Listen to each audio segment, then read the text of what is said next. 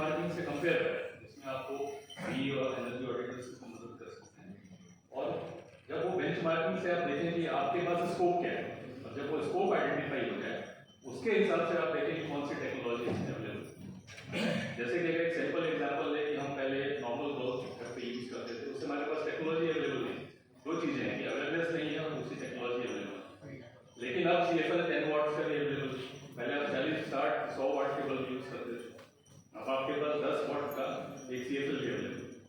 तो 10 वाट का CFL जब अवेलेबल है तो आप 10 बल्ब जला सकते हैं 100 वाट, आप रिप्लेस कर सकते हैं अपने एनर्जी रिक्वायरमेंट को। पहला चीज तो पहला तो ये एनर्जी एफिशिएंट टेक्नोलॉजी अवेलेबल होना। सेम चीज आप एमएसएमई इंडस्ट्री में देख लीजिए कि आपके पास मोटर है, पंप है, ट्रांसफार्मर है और भी बहुत सारी चीजें हैं जिनको आप आइडेंटिफाई कीजिए और देखिए कि उसके रिलेटेड कौन सी टेक्नोलॉजी अवेलेबल है। दूसरी चीज है कि अगर CFL आ गया लेकिन कोई इग्नोरेंस में किसी को पता नहीं है कि CFL ओके वो यूज नहीं कर रहा तो अपने ट्रेडिशनल पैटर्न पे चल रहा है। तो इस इग्नोरेंस को दूर करने के लिए इस तरह के अवेयरनेस प्रोग्राम एमएसएमई और टेरी और बी मिलकर आपस में करते हैं। और ये इस प्रोग्राम से जब आपको पता चल जाता है कि इस तरह की टेक्नोलॉजीज अवेलेबल है या एनर्जी ऑडिट से गैप पता चल जाता है कि इस तरह की टेक्नोलॉजी यूज करके हम अपने एक्जिस्टिंग इक्विपमेंट को रिप्लेस कर सकते हैं, तब जाकर आप एनर्जी एफिशिएंसी के तरफ में दूसरा कदम बढ़ाते हैं जहाँ पर आप टेक्नोलॉजी के बारे में अवेयर होते हैं उसको आपको पता होगा कि ये। अब तीसरा इंपॉर्टेंट चीज आता है कि हो सकता है कि बल्ब के बारे में पता भी हो, अवेयरनेस भी हो, लेकिन इन्वेस्ट करने के पैसे ना हो, क्योंकि जो नॉर्मल बल्ब आता था 10 रुपए का आता था और CFL बल्ब जो है उसकी कॉस्टिंग ज्यादा है। दो चीजें हो सकती है कि कॉस्टिंग इतनी ज्यादा हो, आपके पास इन्वेस्टमेंट के लिए फंड ना हो, रिप्लेस करना है। दूसरा ये है कि आप हेजिटेंट हो कि भाई ठीक है ट्रेडिशनली मेरा बिजनेस चल तो रहा है, प्रॉफिट लॉस हो रहा है, इतने 10 बल्ब लगाने के लिए 150 मल्टीप्लाइड बाय 10 1500 रुपए इन्वेस्ट करें।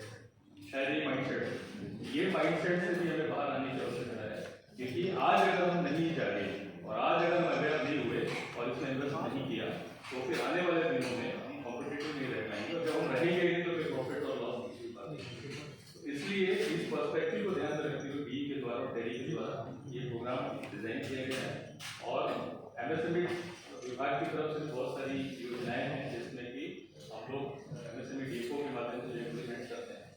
उसमें एक स्कीम है जीरो इफेक्ट जहाँ पर भी लोग एनर्जी एफिशिएंट टेक्नोलॉजीज को अपडेट करने के लिए अडॉप्ट करने के लिए कुछ फाइनेंशियल असिस्टेंस देते हैं।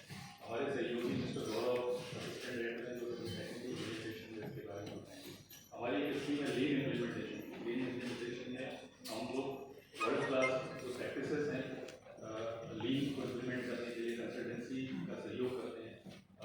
इसके लिए कंसल्टेंट को पैसे देते हैं जो कि आपका ग्रुप फॉर्म करके अपने यहाँ पर लीन इम्प्लीमेंट करेंगे, जिससे कि आपका जो वेस्टेजेस है वो रिडक्शन हो रहा है, एनर्जी इज ऑल्सो इम्पोर्टेंट। तो ये 2-3 स्कीम है जिसके बारे में चर्चा जो है टेक्निकल सेशंस में की जाएगी। और एक और इम्पोर्टेंट चीज़ है कि ज़्यादातर जो हमारे आजकल का जो फ्यूल का जो सोर्सेज है वो फॉसिल फ्यूल्स के जिसके रिसोर्सेज जो है बहुत कम और बहुत लिमिटेड है। पूरी दुनिया इस डायरेक्शन में प्रयास